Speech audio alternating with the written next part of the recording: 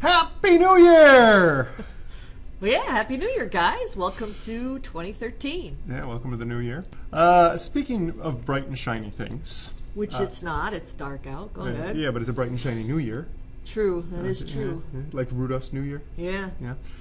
We're going to be discussing the nature of light and why things give off light. You are going to be knowing what is meant by the dual nature of light.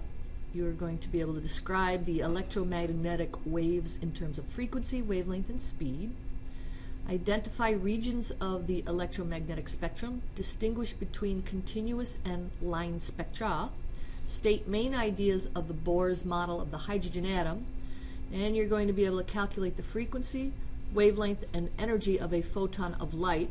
You're going to be able to describe the process by which atoms emit photons of light. So, as a quick review here, the last time we saw the atom, okay, so Rutherford's model looks like that picture in the corner there. It's not quite drawn to scale, but the model of the atom currently is made up of mostly empty space. The atom is spherical in shape, generally. Rutherford had coined the term nucleus, which he designated as the small positive center. This is the guy who had the grad students do all the work, right? Gold foil experiment? Correct. Okay. Yeah. So he's got the small ball of positive charge that is the nucleus. We've got protons and neutrons in the nucleus, and we've got these electrons that are moving around the nucleus. The detractions of Rutherford's experiment. He didn't explain how the electrons were arranged. They were just kind of moving about the atom.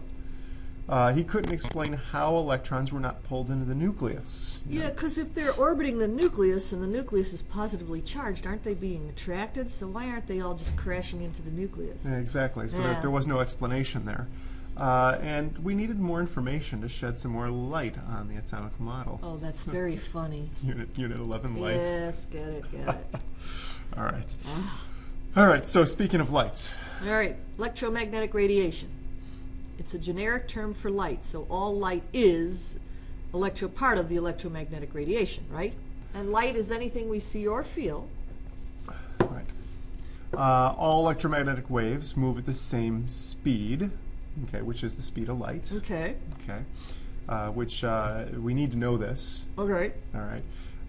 3 times 10 to the 8th meters per second.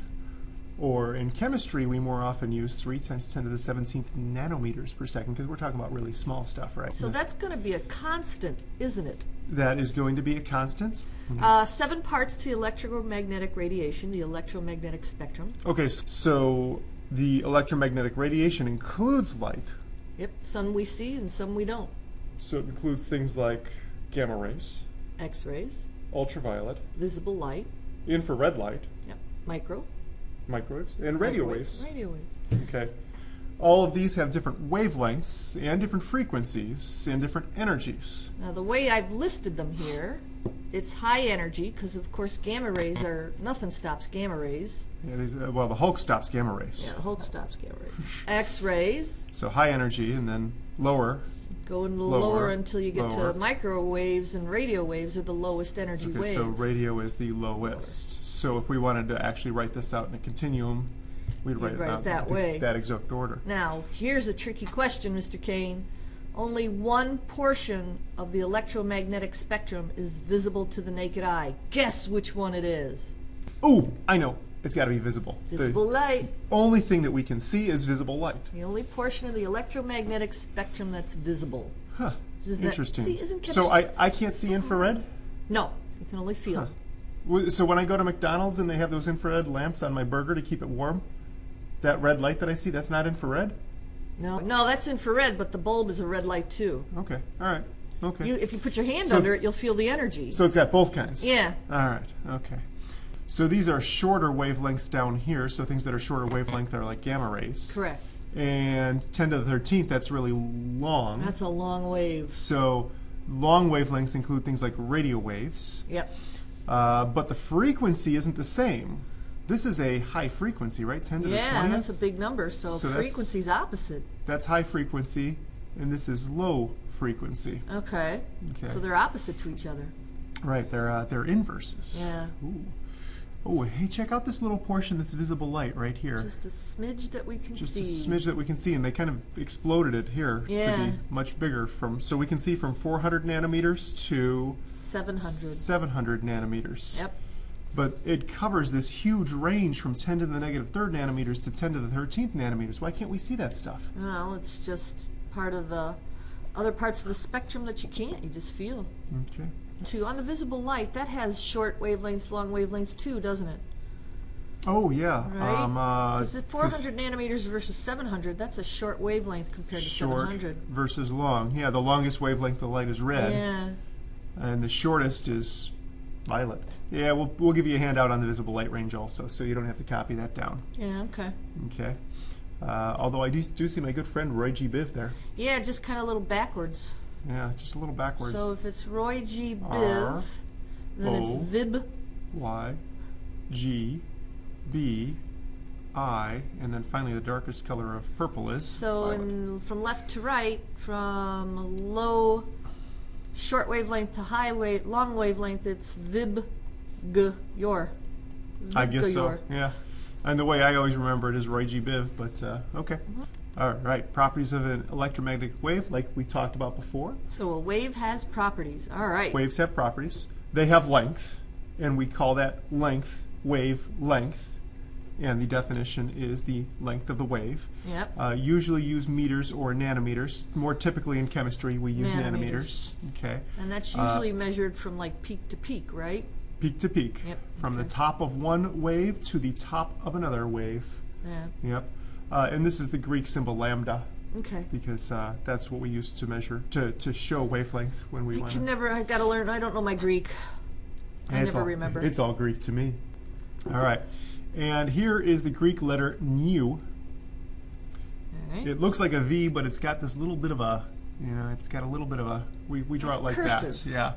Okay, it's kind of like a cursive V. So those are the symbols for wavelength and frequency, or are those the units? Those are the symbols Okay. for them. So if we want to use them in a equation, like we use N for number of moles, and we use T for temperature, so we use lambda and nu. All right, instead of writing out wavelength, we use that funny looking, looks like an upside down Y to me, but. Yep. All right, but frequency is the number of waves per second. So it's how often a wave would hit something. How frequent. Okay, how frequent, exactly. And it's measured in units of per second. Okay. Or seconds to the negative 1 power. So if you remember your algebra class, you remember that both of those say the same thing. And there's a third one I'm familiar with. Yes. It really hurts yeah? here because there's a lot of different units for frequency. Is that how you remember it? Yeah, that's how I remember it. Yeah, that works. Hurts, okay. Because I see a computation coming up here, Mr. King. Oh yeah, there's a computation coming up. All right. All right, so putting it all together. I told you there was a computation coming up. Yep, look at that. There is a relationship here, a mathematical relationship between C, lambda, and nu. Okay. And it's sometimes misunderstood when we don't write the symbol, but it's C equals lambda times nu. Okay. Okay. So the wavelength, so the speed of light is always equal to wavelength times frequency. And the fun part about this is that you just said that the speed of light is always a constant. Yeah. It's always either 3 times 10 to the 8th meters per second, or 3 times 10 to the 17th nanometers per second, depending on whether we want to measure wavelength in nanometers or meters. Oh, well, that makes it easy then, because that's 3 variables, and one of them's a constant. That means 2. One of them's a constant, so we'll always be able to measure a frequency or a wavelength, and we'll want to calculate the other. All right, so given frequency, get wavelength. Given wavelength, get frequency. Then you want to find frequency, right? Yeah, let's say that. So I want to divide both sides by wavelength in order to find frequency. So the new equation would be C over wavelength equals nu. Okay, now what if we wanted to do wavelength? If I wanted to do wavelength, I'd have to divide both sides by nu, and I'd get C over nu equals wavelength. Okay. We're going to do some examples right now. Okay, so you've got an electromagnetic wave with a wavelength of 760 nanometers. This is probably telling me that I should use a speed of light here of 3.00 times 10 to the 17th nanometers per second, because that's in nanometers. Right, and you want units to cancel because you want frequency to be in per second. Might as well show that. Yeah. So let's see. We just said that the equation was going to be C over wavelength is equal to frequency, right? Yep. So that means that I'm going to put 3.00 times 10 to the 17th nanometers per second, and I'm going to divide it by 760 nanometers. Which is 3 sig figs. Don't forget your decimal place. Oh, the decimal place. Yes, you're right. There's 3 sig figs there. So you're going to get a 3 sig fig answer. all right. It's going to be 3.95 times 10 to the 14th. Can't forget that. Per second. Yeah, notice nanometers and nanometers cancel, so I get per seconds here. Literally left with per second. Can I put hertz? Yeah, you could put hertz. Okay, hertz. You're literally left with per second, but per second is hertz. Okay. Because we usually explain frequencies in hertz, right? That's a pretty big... That's a pretty big frequency. So Yeah. that means that with this particular wavelength of electromagnetic wave, when you get hit by it, you're getting hit 3.95 times 10 to the 14th times per second. Yeah. Yeah. That's a lot of times to get That's hit a by a lot. wave. Then it's kind of funny, too, because 760 nanometers, that's just around the red. Yeah, that's right around red wavelength, Yeah, the light, so isn't that's got to be in the infrared range somewhere to the red light. it? A long wave. All right, another one, another example. An electromagnetic wave Length of length 2 of meters. 2 meters. What is the frequency? 2 meters is about as long as my desk at school. Yeah.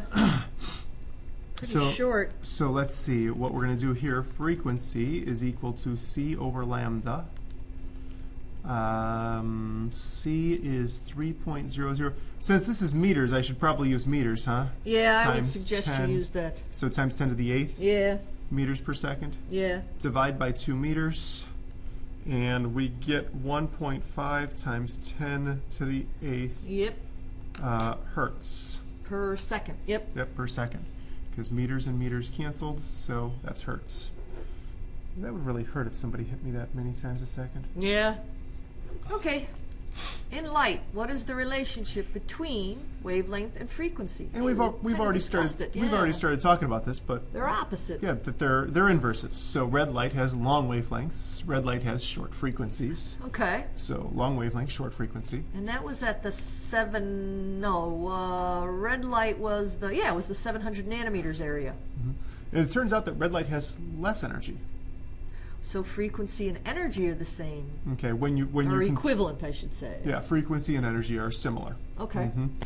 Now violet light has shorter wavelengths, and they use that in tanning beds. That was at the 400 nanometers, so yeah. It has higher frequencies and more energy because it's got higher frequencies. It's hitting more often. Well, is more energy more penetrating? Because aren't gamma rays more penetrating than X-rays? They tend to be, yeah. Yeah. Yeah, more energy tends to get you farther through the human body Okay. or anything else. And ultraviolet light, that's the sunlight, yeah? Is sunlight considered ultraviolet? There is some ultraviolet and Yeah. sunlight that gets through They're the always ozone talking layer. about UV light. So if Yeah. they're sitting in a tanning bed under violet light, that's about the same thing. They're next to each other on the spectrum. UV and gamma? Yeah, no, UV and violet light. UV and violet, yeah. They're pretty close. So tanning bed or sitting out the sun, you're doing the same damage. They're just as penetrating as each other. It's the same thing. UV is All right. UV.